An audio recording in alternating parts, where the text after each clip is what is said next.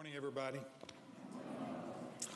You know, I really wish that I was a lot more like Jesus. You see, if I were Jesus after I was mocked and tortured, after I had risen from the dead, after God the Father had declared me victorious over sin and death with my glorified body, I would have appeared to a few more people than Jesus did before I ascended into heaven. If I were Jesus, I'd have gone on an I told you so tour. First stop, the palace of Pontius Pilate. Just to see the shock in his eyes. Just to watch him shake. Wash your hands of me now, I would gloat. Then, while rubbing my healed wounds in his face, I'd say, I am the truth. I am the truth. That's what I would have done if I were the risen Jesus. The next stop on my I Told You So tour, Palatine Hill in Rome. That's where Caesar lives. I would have made him stick his fingers in my healed wounds and then crowed, I beat you. I beat you and your sadistic crucifixion. Oh, how I would have gloated. You are not God. You're not God. I'm God. I'm God. That's what I'd have done if I were the risen Jesus. Another stop on my tour, the Temple Mount. Talk about I told you so. Look at me, risen and glorified. I am the fulfillment of the law. I am the new temple. Oh, how good that would have felt if I were the risen Jesus. Well, that's just not how Jesus did it, was it? Jesus didn't chastise his opponents. Jesus didn't go around gloating. Jesus didn't seek revenge. Oh, how I wish I were more like Jesus. You see, Jesus had more noble and more loving things to do. Jesus appeared to his followers who were hurting and confused, down and doubting. He appeared to the women at the tomb and to the men in the boats and to the disciples walking to Emmaus to comfort and reassure. Gloating, chastising, revenging. You see, that's beneath him. That's not consistent with the nature of God. No, I told you so tour for Jesus. Think about those two disciples walking on the road to Emmaus. Barbara Brown Taylor said this about that long road to Emmaus. It's the road you walk when your team has lost. Your candidate has been defeated. Your loved one has died. The long road back to an empty house, to piles of mail unopened, to life as usual, if life can ever be usual again. It's the road of disappointment, and walking it is the living definition of sad. We've walked that road at one time or another in our lives, that road to Emmaus, that living definition of sad.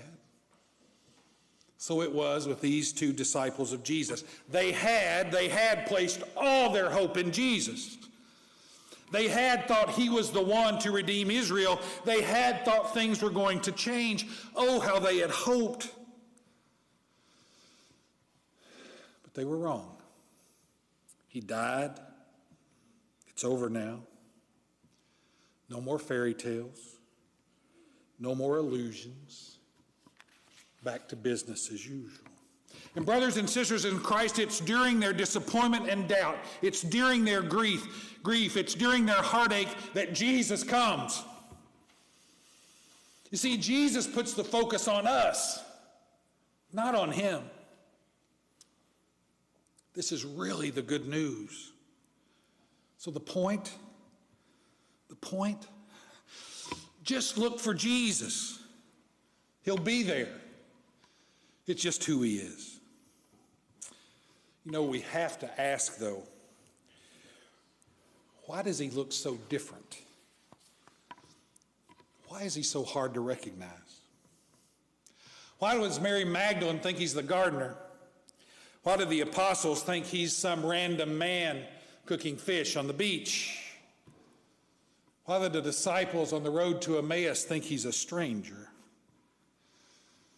I'm certainly not smart enough to know the full answer to this question, but I think that Jesus appearing as a gardener or some random person or a stranger, Jesus is revealing to us something about the mysterious and ubiquitous presence of God.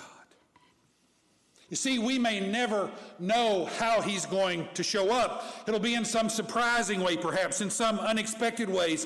And sometimes, brothers and sisters in Christ, he shows up through us, his followers. Where and how is Jesus calling us to be his loving presence to someone in need? Someone walking on that sad road of Emmaus. Keep your eyes, keep your ears open, Jesus says. I'll be there. Just look, listen. Maybe in some comforting words of a stranger. Maybe in a loving touch of a friend. Maybe in the smile of some random person. Maybe in your gardener. Maybe even in us. Here's a true story. One day, the renowned theologian Karl Barth, he was riding in a streetcar. And at one of the stops, a man gets on and sits down right by Karl Barth. They start chatting. Barth asks if this person is new to the city. The man says, I'm just a visitor. Barth asks him, is there anything you would especially like to see in this city? Oh, yes, the man replied. I'd love to see the famous theologian Karl Barth. Do you know him? Barth replied, well, as a matter of fact, I do. I give him a shave every morning. The tourist got off the streetcar quite delighted. He went back to his hotel and told his wife, you are not going to believe what happened to me today. I met Karl Barth's barber. Who would have ever expected the famous Karl Barth to be riding on a streetcar as a mere commoner? Who would expect Jesus to be some random person, a stranger, or a gardener, maybe even in us? Brothers and sisters, just look, listen.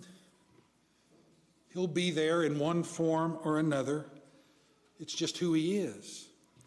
Always be on the lookout for the mysterious, the loving, and the ubiquitous presence of God. Would you take just a couple seconds right now? What unexpected and mysterious way has Jesus shown up in your life? Just a moment.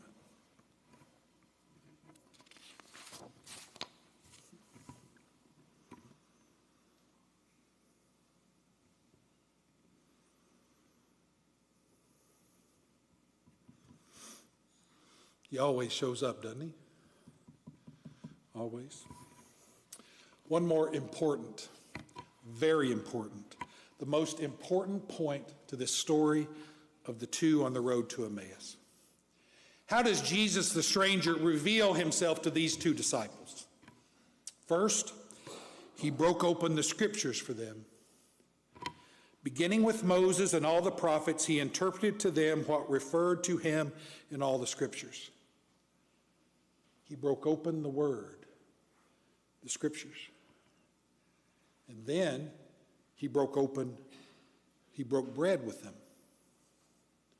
While he was at table with them, he took bread, said the blessing, broke it, and gave it to them. With that, their eyes were opened and they recognized him. Does that sound familiar?